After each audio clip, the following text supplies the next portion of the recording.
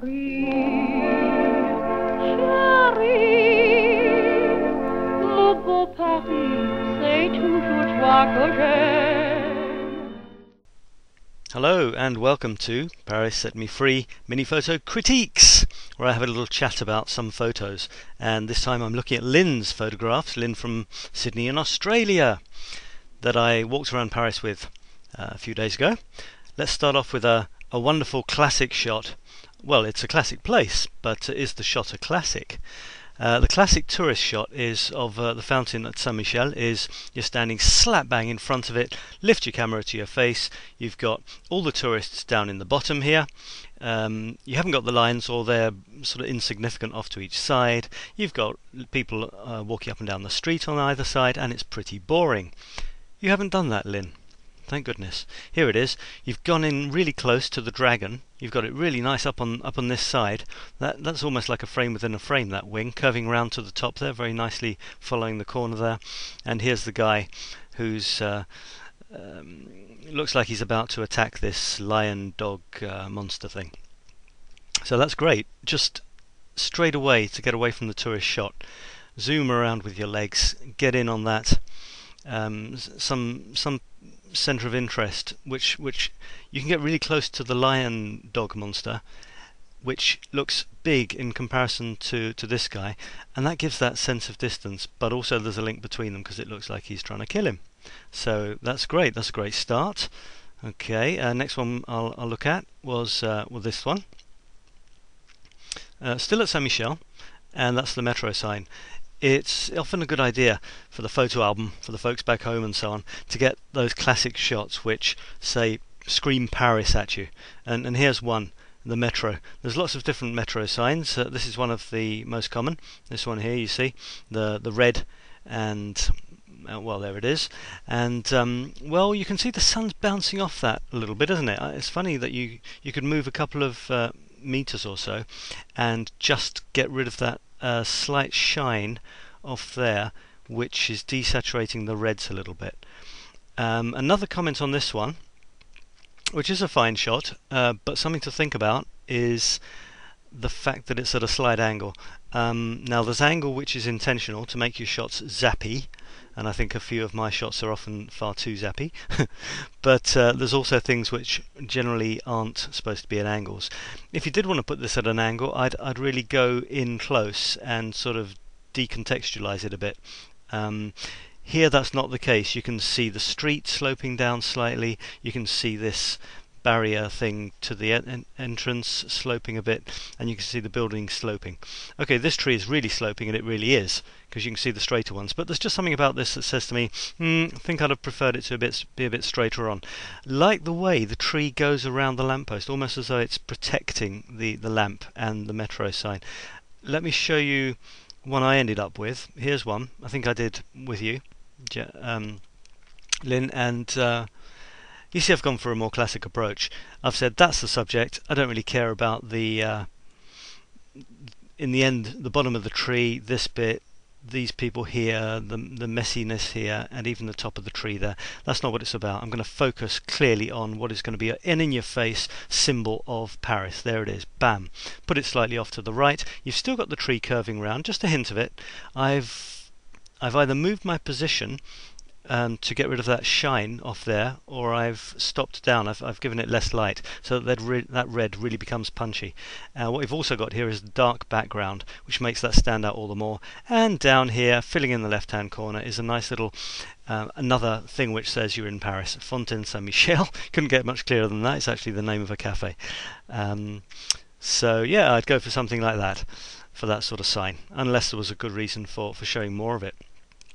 Alright, so after those ones, just strolling along, and what did we see? We saw this scene.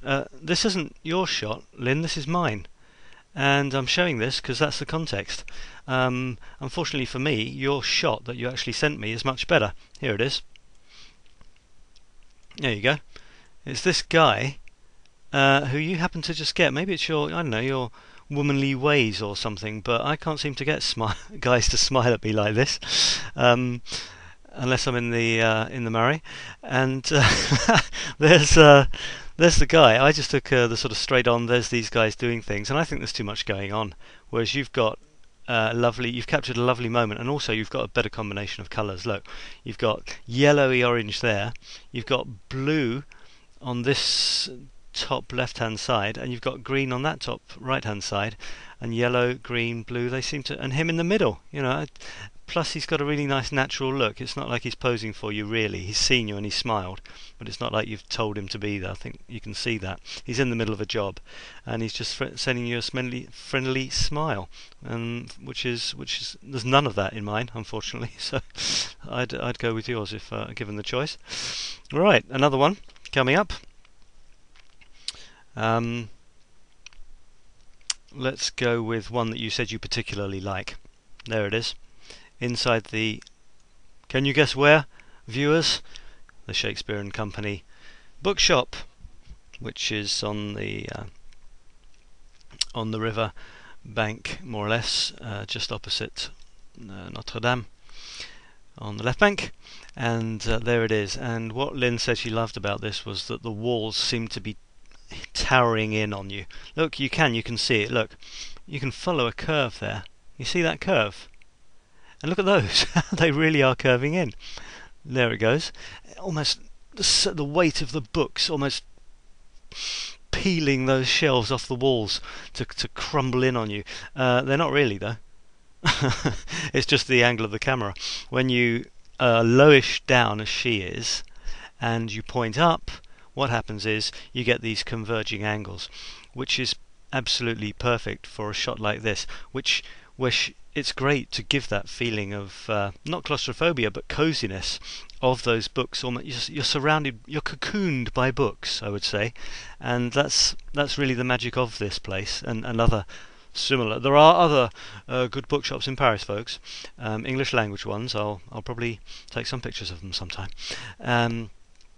That's one of the joys of this place. You are cocooned by books, and that's what it's all about. The history is sort of oozing out of the spaces between the shelves at you. Anyway, enough waxing lyrical there. So I like that. I remember we were talking about exposure, and I think she took a couple here. One with a bit more exposure, like maybe she hit my favourite button, +1 or plus the plus-minus button on her SLR, or did a -1 to give it less light. And I think I remember you telling me, Lynne, that you went for the less light because you felt it gave a cozier atmosphere, and I'm sure you're right. Too much light can kill an atmosphere. It's a bit like what a camera tries to do in a nice cozy cafe, where you love that warm light and it says, whoa, not enough light, and exposes it up until it might as well be broad daylight. So a cozy interior is a place where you can definitely use that plus and minus button to good effect. I remember taking quite a lot of shots in here, and I know that you got some other really great ones, but I forced you to only give me up 3 to 5 different ones, and you respected that, so thank you. And here's the last one. Now this was, let me see if I can remember, were we on the bank? Ah yes, this is Paris plage, people. It's the Paris beach. If you know, in the summer for a month between July and August, or the first half of July, second half of August, they install beachy type activities, including bits of sand and places where you can play boules and so on. And there it is. That's what we got. And this was taken from a bridge, looking down. So looking down from a bridge onto the banks of the river. We got a superb shot actually, but it's not here. You'll probably see it on my site sometime soon. Looking across at a girl in red on some steps going down, completely surrounded by grey. Anyway, what she's done here is great. I love the way that the guy's actually cropped on the edge. She's cropped there, so that gives a sort of unifying boundary to it.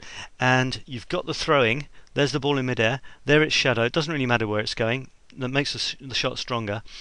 It's just left her hand, and it's quite tricky to not lose that ball. Well, that's all I've got time for. Thanks very much, Lynne, and see you again in Paris soon. Bye bye. À Paris, le jour et la nuit, je suis gris.